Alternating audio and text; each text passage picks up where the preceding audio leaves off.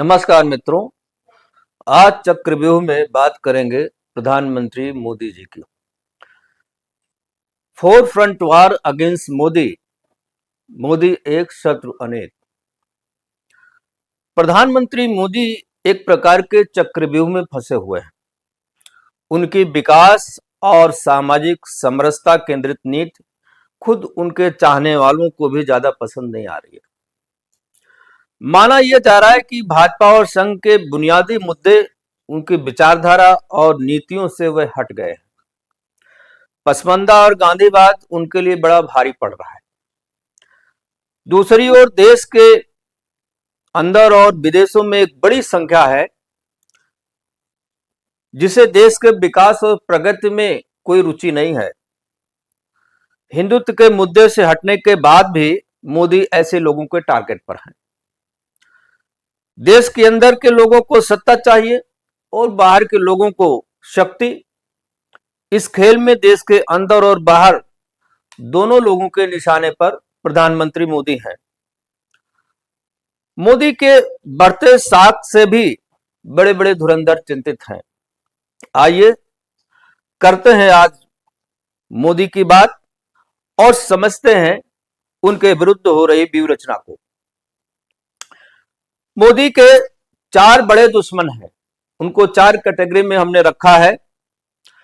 General Bipin Rawat साहब नहीं है हम लोगों के बीच। उन्होंने कहा था कि भारत 2.5 फ्रंट वार लड़ रहा है। एक फ्रंट पाकिस्तान के साथ, एक फ्रंट चीन के साथ और आधा फ्रंट देश के अंदर के उन लोगों के साथ जो देश विरोधी षड्यंत्र में हमेशा सक्रिय रहते हैं। लेकिन नरेंद्र मोदी जी 4 फ्रंट वार लड़ रहे हैं।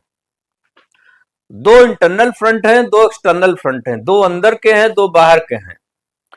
अब मैं बताता हूं ये कैसे हैं। अंदर का पहला फ्रंट है जिसमें उनके अपने लोग शामिल हैं।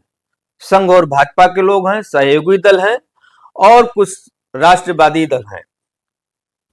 संघ और भाजपा की बात करें तो भाजपा और संघ के उनके अपने कई लोग यह मानते हैं कि बुनियादी मुद्दों से मोदी जी हट गए हैं। भाजपा का जन्म जिस ध्येय से हुआ था वो प्राथमिकता में नहीं रहा और लोग खुलकर कहने लगे हैं कि मोदी जी भाजपा की विचारधारा नीतियों पर नहीं बल्कि संघ और भाजपा मोदी जी की नीतियों पर चल रही है।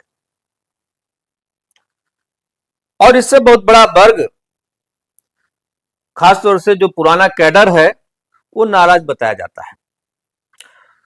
चुनाव परिणाम के बाद संघ के कुछ वरिष्ठ लोगों ने भी टिप्पणियां की थी और उनके भगवान होने पर लोगों को ऐतराज था, लेकिन वरिष्ठ लोगों ने उसे संभाल लिया और उन बातों पर ज्यादा लोगों को कहने सुनने का अवसर नहीं मिला। संघ और भाजपा का जो कैडर है ये मानता है कि जिस उद्देश्य से भारतीय जनता पार्टी का जन्म हुआ था उन मुद्दों को हल करने में ये सरकार नाकामयाब रही है, अभी तक नाकाम रही है। और बीजेपी का जन्म विकास और अर्थव्यवस्था मजबूत करने के लिए तो नहीं हुआ था। ये तो सभी सरकारों का एक कॉमन एजेंडा है। कोई कम करता है, कोई ज्यादा करता है। देश में जिस प्रकार की परिस्थितियां हैं, जनसांख्यिकी असंतुलन जिस प्रकार से बढ़ रहा है, ये राम मंदिर से भी बड़ा मुद्दा है। यूनिफॉर्म सिविल कोड की बात हो या माइनॉरिटी कमीशन को रिव्यू करने की बात हो, एनआरसी लाने की बात हो, सीओ को लागू कराने की बात हो और जनसंख्या कानून बनाने की बात हो, इन सब चीजों पर मोदी सरकार एक कदम भी आगे नहीं बढ़ सकी है। वक्फ बोर्ड संशोधन का एक प्रस्ताव लाई है, लेकिन भाजपा का कोर वोटर ही उससे खुश नहीं है और उसे लगातार खत्म करने की अपील कर रहा है। तो भाजपा के जो अपने लोग हैं वो भी किसी न किसी प्रकार से नाराज बताए जाते हैं। अब दूसरे लोग जो उनके नाराज हैं वो है सरकार में बैठे उनके सहयोगी दल। नाराज तो नहीं है, लेकिन उनकी नाराजगी कब हो जाएगी ये सरकार के लिए, मोदी जी के लिए भी एक संकट का कारण है। मोदी जी के लिए ये प्रकार से ये एक खतरा बना हुआ है सहयोगी दलों से, क्योंकि उसमें जो सबसे बड़े सहयोगी दल हैं नीतीश कुमार जी, चंद्रबाबू नायडू जी, ये दोनों मोदी जी के धुर विरोधी रहे हैं और मोदी जी को सत्ता से बाहर करने के लिए लोगों ने इतनी बड़ी कवायद की थी कि उसमें शायद कोई भी कोशिश इन्होंने छोड़ा नहीं था, कोई कोर कसर छोड़ा नहीं था। और अब इन्हीं लोगों की बैसाखी पर सरकार चल रही है। इनके पुराने व्यवहार को देखते हुए बहुत सारे राजनीतिक चिंतकों का यह मानना है कि यह विश्वसनीय गठबंधन नहीं है और इस पर ज्यादा भरोसा करना बुद्धिमानी भी नहीं होगी। थोड़े सी अनबन अगर सरकार के अंदर होती है, सहयोगी दलों के साथ होती है, तो बड़ी घातक हो सकती है और सबसे बड़ा नुकसान भाजपा के सहयोगी दल राष्ट्रवादी एजेंडे के लिए कर सकते हैं, क्योंकि राष्ट्रवादी एजेंडे में उनकी जो अलग थलग रहने की कोशिश हमेशा रही है, जिससे संसद में कोई बिल लाना हो, पास कराना हो, ये अब सरकार के लिए मुश्किल होगा। जैसे अभी वक्फ बोर्ड संशोधन बिल आया, ब्रॉडकास्टिंग का भी एक बिल आया और ये सब मामला जो है ज्वाइंट पार्लियामेंट कमेटी के पास चला गया। मजबूर बना मजबूत सरकार का एक अटकलों भरा दौर चल रहा है और यह मोदी जी की अग्नि परीक्षा भी है। जब सरकार लाचार होगी तो राष्ट्रवादी एजेंडे पर आगे नहीं बढ़ पाएगी और उनका कैडर और जो कोर वोट बैंक है, इससे उसकी नाराजगी और बढ़ेगी। सरकार का स्वभाव कड़े फैसले लेने का रहा है। अगर इससे पीछे हटती है और अपने लक्ष्य की ओर नहीं जाती है, सिर्फ विकास की राजनीति करती है, तो यह कभी भी उनके कोर वोटर्स को पसंद नहीं आएगा।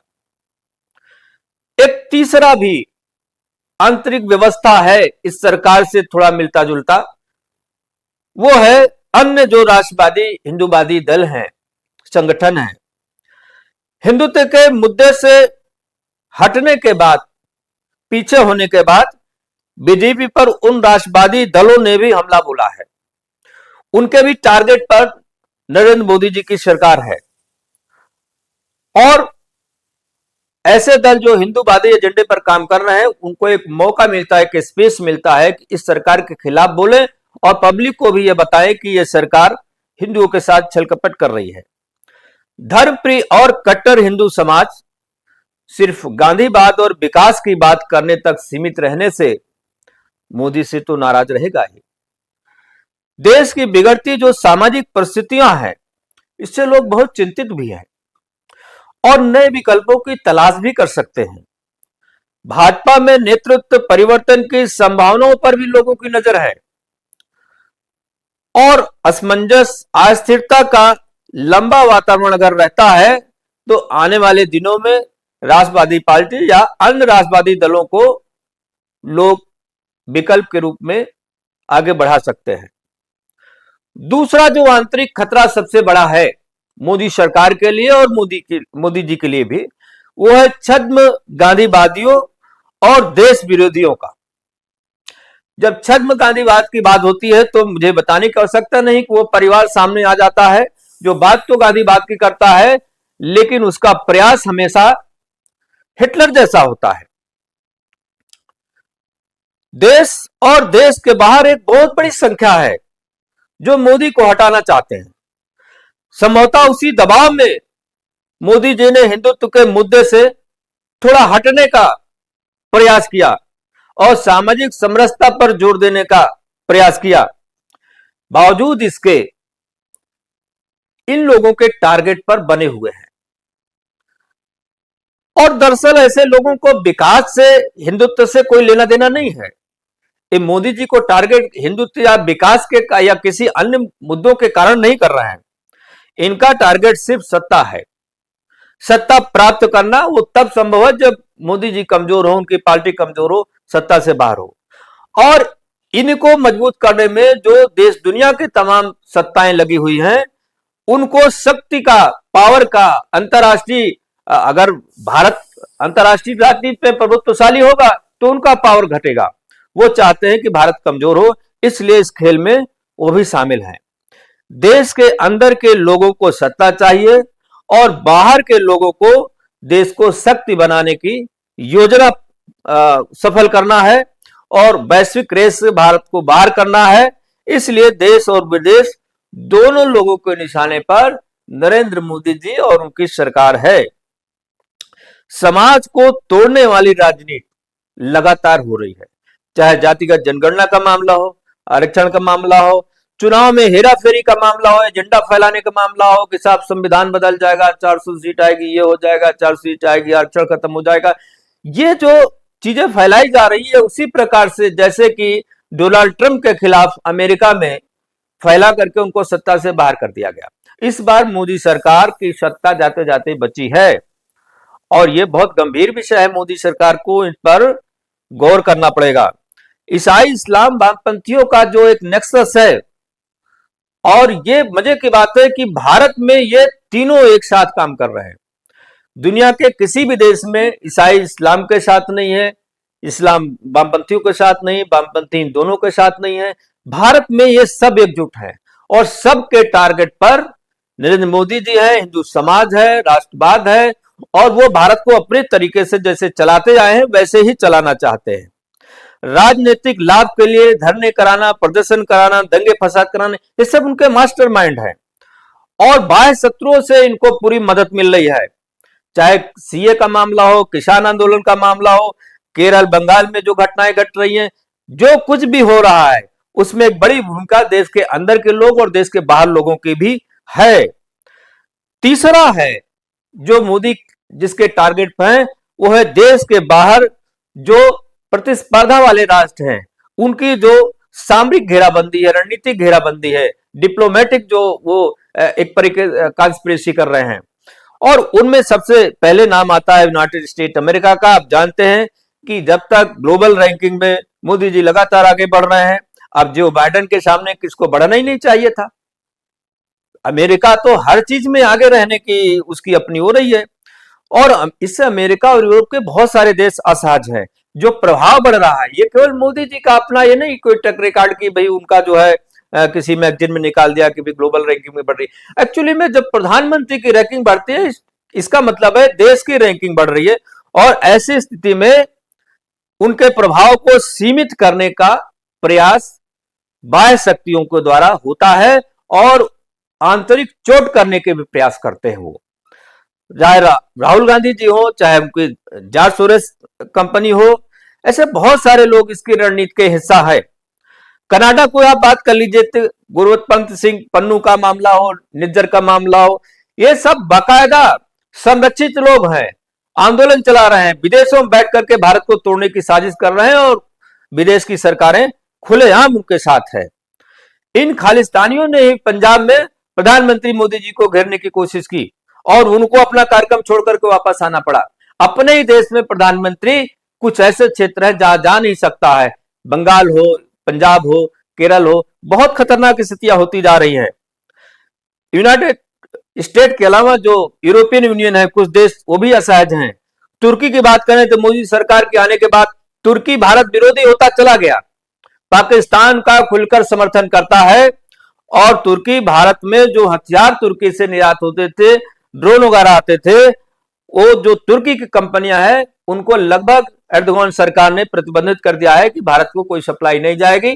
जो अप्रूवल आता है सप्लाई का, अप्रूवल पर ही सरकार जो है रोक लगा देती है भारत सरकार को कोई सप्लाई नहीं करना, यानी तुर्की पूरी तरह से भारत का बाइकाट कर रहा है। कश्मीर पर भी भारत विरोधी राय देता रहता है, पाकिस्तान में साइबर आर्मी बनाने के लिए उनकी मदद कर रहा है गुप्त रूप से, और इतना उनके भूकंप में भी भारत ने इतनी मदद किया था, लेकिन आसान फरामोश देश है वो करता है। और चौथा है जो परंपरागत हमारे शत्रु हैं, चाहे चीन हो चाहे पाकिस्तान हो, अब तो उनके साथ जो है बांग्लादेश और मालदीव जैसे छोटे देश भी जुड़ते चले जा रहे हैं। यह भी एक स्ट्रेटेजिक बैरिकेडिंग है, भारत को घेरने की कोशिश है और परंपरागत शत्रु भी पूरी तरह से एक्टिव है।